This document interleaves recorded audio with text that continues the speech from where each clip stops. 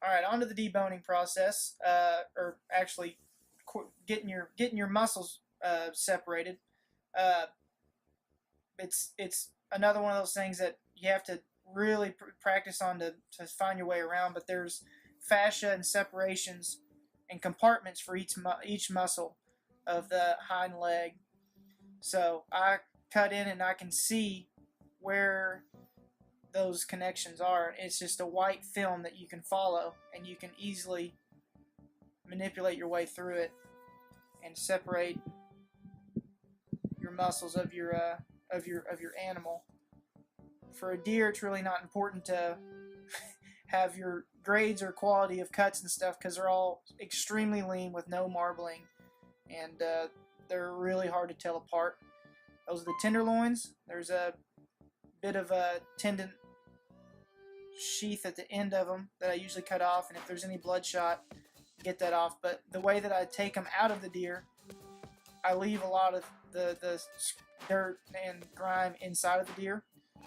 Peels right off. So it's the back strap, and I get that top layer off, just rip it off. And then this is literally just like filleting a fish. And the trick is to not have a knife that is extremely sharp. And that goes for the whole portion of deboning a deer. If you have an extremely sharp knife, you're going to be getting stuck on all the bones that you touch. And if you have an extremely sharp knife for doing this kind of stuff, there's no room for error, and it's really easy just to cut right through things and just get really frustrated. So I'm pushing down with my knife and flattening it and just pulling, and it just comes right out. It's pretty easy. Finishing up, cleaning up the back straps. If there's going to be some more silver, and that's what you want to follow, get that off because you don't want chewy steaks. Unless you want chewy steaks, and you can leave it on there. And just be real delicate with your knife and take your time and clean it up to where it makes you happy where the way it looks. I like them to be nice and red and no white on them at all. So that one's pretty much done. It's a little bit more silver on there.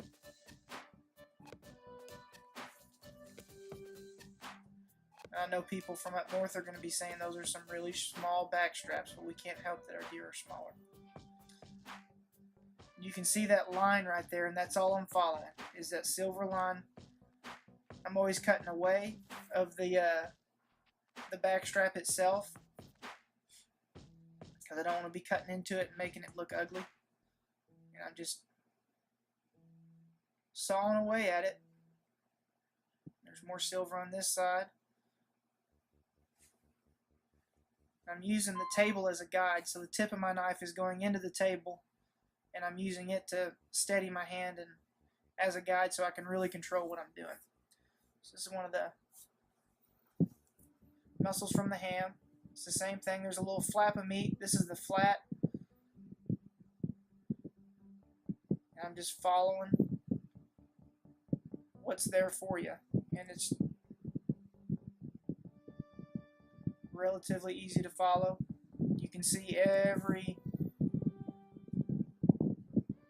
you need to cut off because it's a different color than what you're wanting. Sometimes there's some bigger veins in this particular muscle, and you want to get those veins out because they're not particularly fun to eat. And if you're going to be tenderizing it, I mean, you can get it as clean as you want. These I prefer mine sliced, so I get every bit of silver off that I can, and I throw it into my pile for burger because I have a pretty big industrial grinder, so the silver doesn't stop up my grinder. If you have a hand crank or something like that, you're probably not going to want to throw some of that thicker stuff in and want to take the time to get it off because it might stop you up. But for me, it doesn't make any difference in the taste or anything of my burger, so I throw it in with the grind even. So Still just filleting everything off that's white, as thin as I can get it, as close as I can to. Okay. And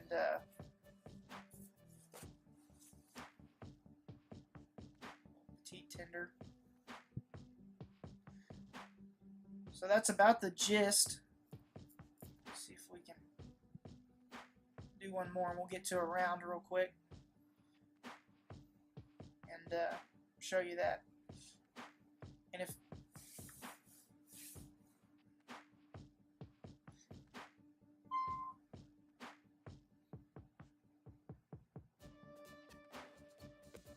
alright, that's another flat. So this one's kind of hard to do. Again, you can see the white going around the edge of the meat and stuff, and that's what you're trying to follow. You're gonna just be ginger with it and try to leave as much red as you can. You don't be throwing everything in the grind because you want some steaks. It's pretty, looks easy, but it's going to be a lot harder if you're not really used to using a knife. It's just going to be hard to control how thin and how thick you're cutting. And I'm just following the white. So.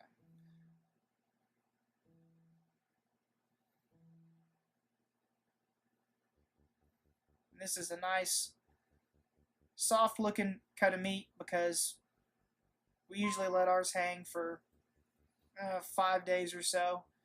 And the only time we really have problems with meat that's extremely firm is when people shoot them.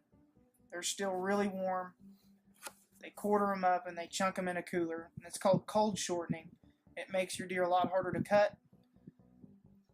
So you want to let rigor mortis run its course before you chunk your deer in an ice cooler. And rigor mortis kind of depends on where you're at in the country. If it's cold outside, rigor mortis takes a lot longer to get away, so you have to hang your deer a lot longer. Here in Texas, it's pretty warm, so rigor mortis passes pretty quick, so it doesn't take us too long to hang a deer and get a nice, soft steak out of it, as you can tell. So these are the rounds. I'm going to poke my knife through, and there's a little piece of fascia on each side.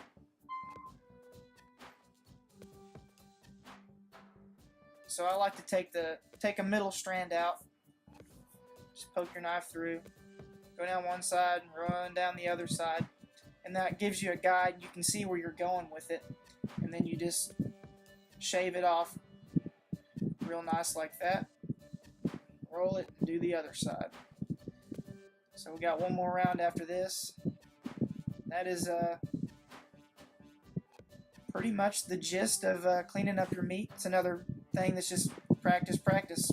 Get better with your knife and things will start going a lot easier. I'm sure everybody's going to do something a little bit different than this. I know that I'm probably cut towards myself more than most butchers do, but that's just being self-taught. And go out there and cut them up yourself.